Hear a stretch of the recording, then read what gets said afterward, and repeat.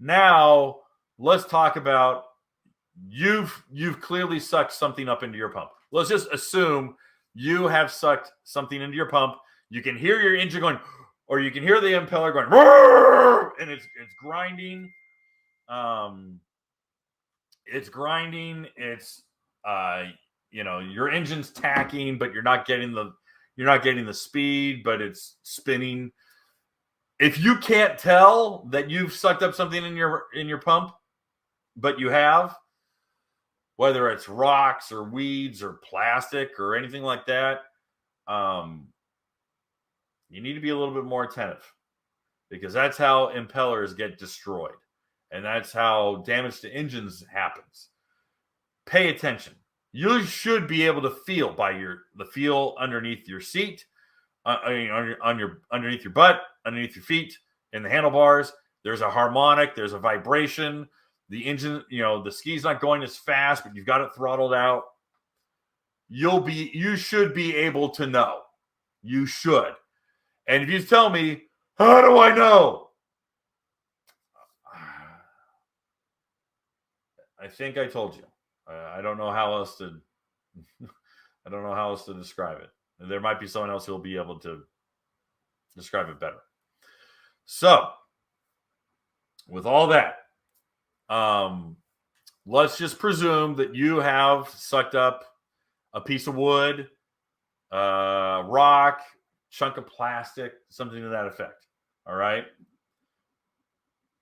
People will like to say, hit the reverse and try to flush it out. Usually what that does first is, I'm not talking IDF. I'm talking just traditional, IBR or Kawasaki or whatever. The people who say hit reverse and do that, it's not perfect. I tend to kill the engine immediately because I don't want to burn things up. Steven, exactly. Turn it off. Turn it off. I'm a big believer in kill it. Now, what might work is turn it off, let it sit, fire it up again, and it might kick it out. If it's still there, I really suggest you get it out of the water. Okay? Here's why a lot of people just go, oh, just hit the reverse and try to circulate it. What the science is, or what the idea is behind that, is that you are creating turbulence. All right. The jet pump is sucking, it's creating thrust, the reverse bucket is down, so it's shooting that water straight down or to the sides or both, and it circulates. And you're trying to agitate it out. I've had luck with that, as long as it's really not locking up. If it's really not grinding up. And if you hear metal on metal, or if you hear really bad grinding, don't do this. But if it's if it's kind of a soft grind, if it's a little bit of a soft resistance, trying to agitate it out by using the reverse bucket, having reverse deployed and really giving it some throttle, can render positive results. It's kind of 40%, 50%. But let's move on. IBR, or not IBR, that's the brake system. IDF, all right, Sea-Doo's IDF is unique. And here's why it's unique, is that it literally reverses the impeller rotation. It literally, now not fast, it only gives it a couple thousand RPM. Doesn't go fast.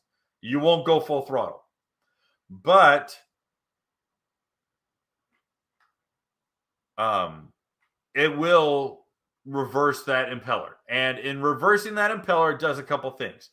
If you have something soft in the impeller, it could, not promised, it could wind it out. It could corkscrew it back out and push it out of the intake grate. How they advertise it as being predominantly useful is in long grass and kelp with soft vegetation. All right, with vegetation. And that's why they're trying to push it out with vegetation. And that's really the purpose of IDF. You're not going to see Sea-Doo advertise IDF with a guy with a whole bunch of rocks ground up inside of his pump and going, hey, look, and it spits all the pumps out. It's not going to do that. It just won't do that. So, all that being said, IDF, for those who have it, will work way better than just doing the reverse agitation thing. Hey guys, thanks for hanging out. This clip was taken from our weekly podcast that we record here every Sunday night at 8 p.m. Eastern Standard Time. If you want to watch the whole video, you can go to the Watercraft Journal's YouTube channel, go to playlists, and then click on live sessions. You're going to see it there. Otherwise, go ahead and leave a like, a comment, and definitely subscribe to the channel. It helps us grow. And again, thanks again for watching our videos, and we hope to see you soon.